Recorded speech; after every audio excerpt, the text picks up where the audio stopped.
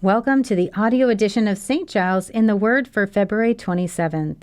Our readings today come from the New International Version. We will read Matthew 26 and Daniel 7 together today, beginning in the New Testament. When Jesus had finished saying all these things, he said to his disciples, "As you know, the Passover is 2 days away, and the Son of Man will be handed over to be crucified." Then the chief priests and the elders of the people assembled in the palace of the high priest, whose name was Caiaphas, and they schemed to arrest Jesus secretly and kill him. But not during the festival, they said, or there may be a riot among the people. While Jesus was in Bethany in the home of Simon the leper, a woman came to him with an alabaster jar of very expensive perfume, which she poured on his head as he was reclining at the table. When the disciples saw this, they were indignant. "Why this waste?" they asked. "This perfume could have been sold at a high price and the money given to the poor." Aware of this, Jesus said to them, "Why are you bothering this woman? She has done a beautiful thing to me. The poor you will always have with you, but you will not always have me. When she poured this perfume on my body, she did it to prepare me for burial. Truly I tell you, wherever this gospel is preached throughout the world, what she has done will also be told in memory of her." Then one of the 12, the one called Judas Iscariot, went to the chief priests and asked, "What are you willing to give me if I deliver him over to you?" So they counted out for him 30 pieces of silver. From then on, Judas watched for an opportunity to hand him over. On the first day of the festival of unleavened bread, the disciples came to Jesus and asked, "Where do you want us to make preparations for you to eat the Passover?"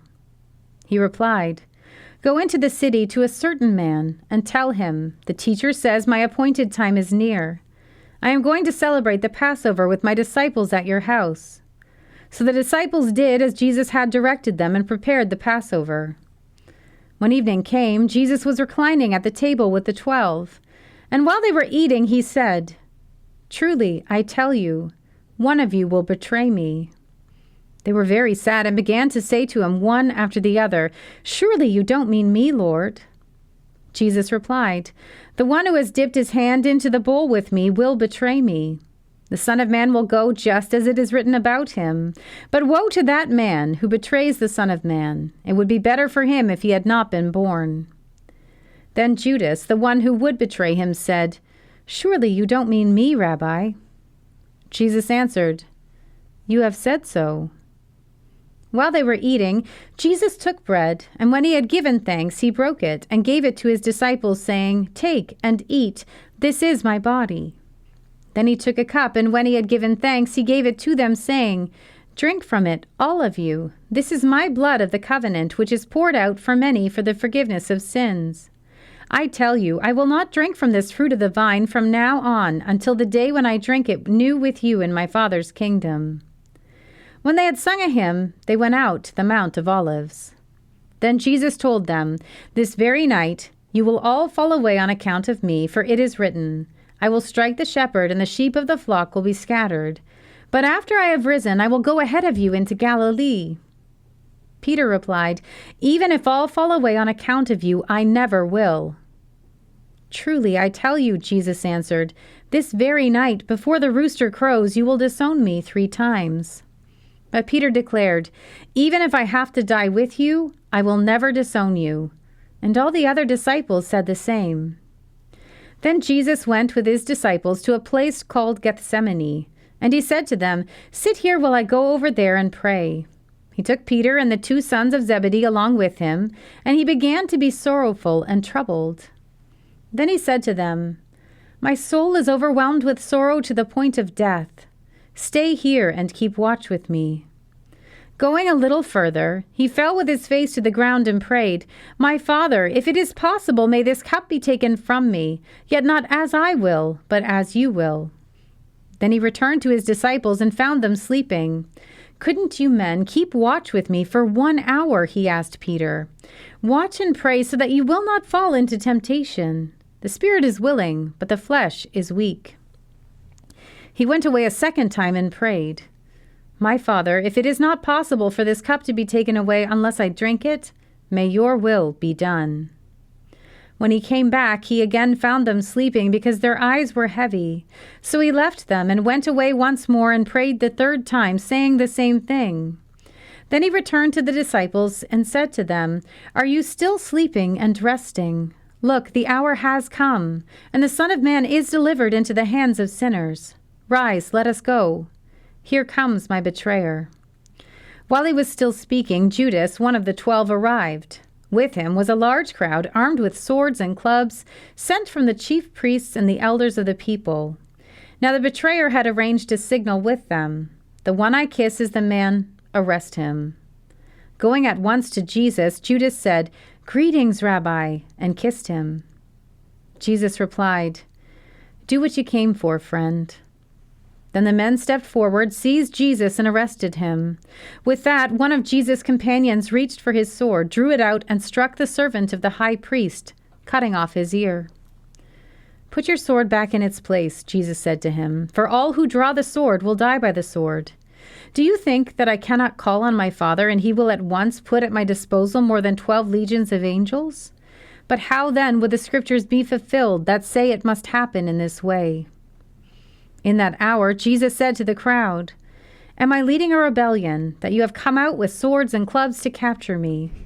Every day I sat in the temple courts teaching, and you did not arrest me. But this has all taken place that the writings of the prophets might be fulfilled." Then all the disciples deserted him and fled. Those who had arrested Jesus took him to Caiaphas the high priest, where the teachers of the law and the elders had assembled. But Peter followed him at a distance right up to the courtyard of the high priest. He entered and sat down with the guards to see the outcome. The chief priests and the whole Sanhedrin were looking for false evidence against Jesus so that they could put him to death. But they did not find any, though many false witnesses came forward. Finally, 2 came forward and declared, "This fellow said, 'I am able to destroy the temple of God and rebuild it in 3 days.'" Then the high priest stood up and said to Jesus, "Are you not going to answer? What is this testimony that these men are bringing against you?" But Jesus remained silent. The high priest said to him, "I charge you under oath by the living God. Tell us if you are the Messiah, the Son of God." "You have said so," Jesus replied, "but I say to all of you, from now on you will see the Son of Man sitting at the right hand of the Mighty One and coming on the clouds of heaven." Then the high priest tore his clothes and said, "He has spoken blasphemy. Why do we need any more witnesses? Look, now you have heard the blasphemy. What do you think?" "He is worthy of death," they answered him. Then they spit in his face and struck him with their fists. Others slapped him and said, "Prophesy to us, Messiah. Who hit you?" Now Peter was sitting out in the courtyard, and a servant girl came to him.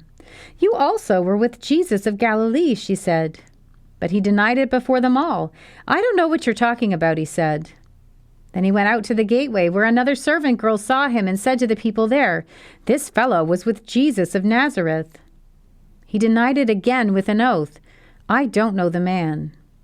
After a little while, those standing there went up to Peter and said, "Surely you are one of them. Your accent gives you away." Then he began to call down curses, and he swore to them, "I don't know this man." Immediately a rooster crowed. Then Peter remembered the word Jesus had spoken, "Before the rooster crows, you will disown me 3 times." And he went outside and wept bitterly. We turn now to the book of Daniel. In the 1st year of Belshazzar, king of Babylon, Daniel had a dream, and visions passed through his mind as he was lying in bed. He wrote down the substance of his dream. Daniel said, "In my vision at night I looked, and there before me were the 4 winds of heaven churning up the great sea. 4 great beasts, each different from the others, came up out of the sea. The first was like a lion, and it had the wings of an eagle. I watched until its wings were torn off, and it was lifted from the ground so that it stood on 2 feet like a human being, and the mind of a human was given to it. And there before me was a second beast, which looked like a bear. It was raised up on one of its sides, and it had 3 ribs in its mouth between its teeth. It was told, 'Get up and eat your fill of flesh.' After that I looked, and there before me was another beast, one that looked like a leopard. and on its back it had 4 wings like those of a bird. This beast had 4 heads, and it was given authority to rule. After that, in my vision at night, I looked, and there before me was a 4th beast, terrifying and frightening and very powerful. It had large iron teeth. It crushed and devoured its victims and trampled underfoot whatever was left. It was different from all the former beasts, and it had 10 horns. While I was thinking about the horns, there before me was another horn, a little one, which came up among them, and 3 of the first horns were uprooted before it. This horn had eyes like the eyes of a human being, and a mouth that spoke boastfully. As I looked, thrones were set in place, and the Ancient of Days took his seat. His clothing was as white as snow. The hair of his head was white like wool. His throne was flaming with fire, and its wheels were all ablaze. A river of fire was flowing, coming out from before him. Thousands upon thousands attended him. 10,000 times 10,000 stood before him. The court was seated, and the books were opened. Then I continued to watch because of the boastful words the horn was speaking. I kept looking until the beast was slain, and its body destroyed and thrown into the blazing fire. The other beasts had been stripped of their authority, but were allowed to live for a period of time. In my vision at night I looked, and there before me was one like a son of man, coming with the clouds of heaven. He approached the Ancient of Days and was led into his presence. He was given authority, glory, and sovereign power. All nations and peoples of every language worshipped him. His dominion is an everlasting dominion that will not pass away, and his kingdom is one that will never be destroyed. I, Daniel, was troubled in spirit, and the visions that passed through my mind disturbed me. I approached one of those standing there and asked him the meaning of all this. So he told me and gave me the interpretation of these things. The 4 great beasts are 4 kings that will rise from the earth, but the holy people of the Most High will receive the kingdom and will possess it forever. Yes, forever and ever. Then I wanted to know the meaning of the 4th beast, which was different from all the others and most terrifying with its iron teeth and bronze claws, the beast that crushed and devoured its victims and trampled underfoot whatever was left. I also wanted to know about the 10 horns on its head, and about the other horn that came up, before which 3 of them fell, the horn that looked more imposing than the others, and that had eyes and a mouth that spoke boastfully. As I watched, this horn was waging war against the holy people and defeating them, until the Ancient of Days came and pronounced judgment in favor of the holy people of the Most High, and the time came when they possessed the kingdom. He gave me this explanation. The 4th beast is a 4th kingdom that will appear on the earth. It will be different from all the other kingdoms and will devour the whole earth, trampling it down and crushing it. The 10 horns are 10 kings who will come from this kingdom.